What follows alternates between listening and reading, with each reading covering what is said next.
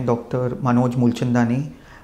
मैं बड़ी आंत का सर्जन हूँ। मैं कोलोरेक्टल कैंसर के बारे में बात करने वाला हूँ कि उसके कैसे उसका इंसिडेंस बढ़ रहा है, हम कैसे उसको जल्दी पिक कर सकते हैं और क्या तरीके हैं उसको ठीक करने के।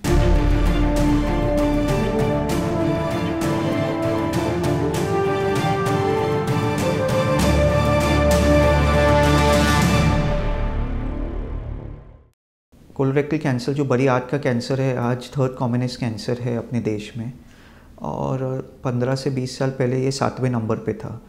उसका ये इंक्रीज़ इंसिडेंस या ज़्यादा दिखने का कारण है, एक कारण है डाइट। और डाइट में रेड मीट और प्रोसेस्ड फूड मतलब बर्गर्स, पिज़्ज़ाज़, ये सब इसका एक ये जल्दी होने और का कारण है ये कैंसर का।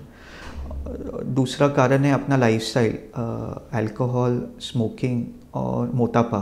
उसके मेजर सिम्टम्स है संडास से खून जाना।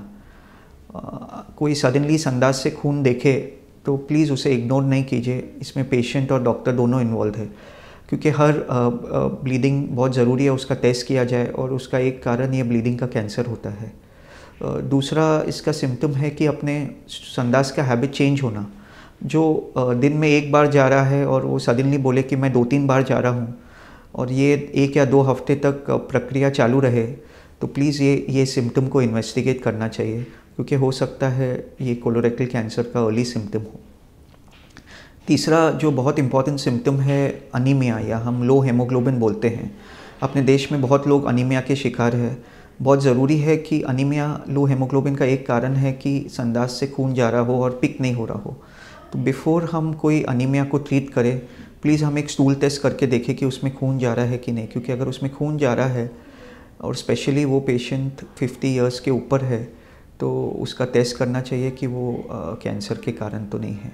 70% पेशेंट्स ये सिम्टम्स बहुत सालों से सह के फिर हॉस्पिटल आते हैं और जब तक वो आते हैं उनका कैंसर काफ़ी बढ़ गया होता है। तो ये 3 सिम्टम के टेस्ट करना ज़रूरी है।